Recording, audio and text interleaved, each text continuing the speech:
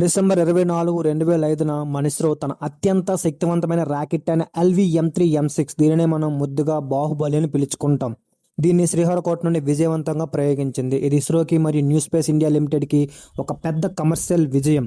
ఈ రాకెట్లో పంపిన శాటిలైట్ మనది కాదు, ఇది అమెరికాకు చెందిన AST స్పేస్ మొబైల్ అనే కంపెనీది. ఆ శాటిలైట్ పేరు బ్లూబర్డ్ బ్లాక్ 2. దీని బరువు దాదాపు 6,100 కిలోలు. భారతదేశం నుండి ఇప్పటి వరకు లాంచ్ చేసిన అత్యంత బరువైన కమర్షియల్ శాటిలైట్ ఇదే.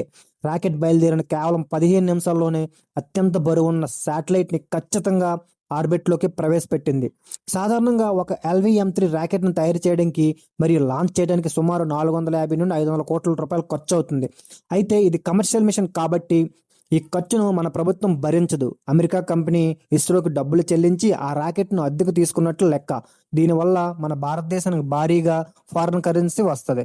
భవిష్యత్తులో ఇలాంటి ప్రయోగాల కోసం కేంద్ర ప్రభుత్వం 10 LV-M3 రాకెట్ల తయారీకి సుమారు 4,338 కోట్ల రూపాయల బడ్జెట్ను ఇదివరకే కేటాయించింది.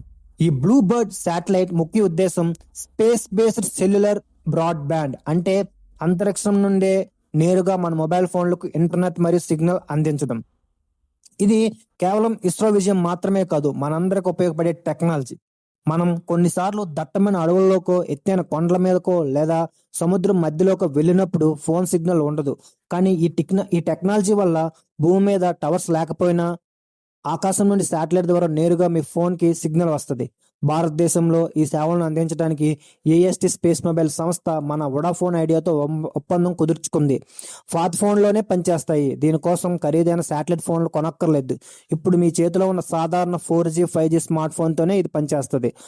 ఇలాంటి కమర్షియల్ లాంచ్ల వల్ల ఇస్రోకి డబ్బులు వస్తాయి. ఆ డబ్బుతో వారి భవిష్యత్తులో చంద్రయాన్, గగన్యాన్ వంటి మరిన్ని గొప్ప ప్రయోగాలు చేయడానికి నిధులు సమకూరుతాయి.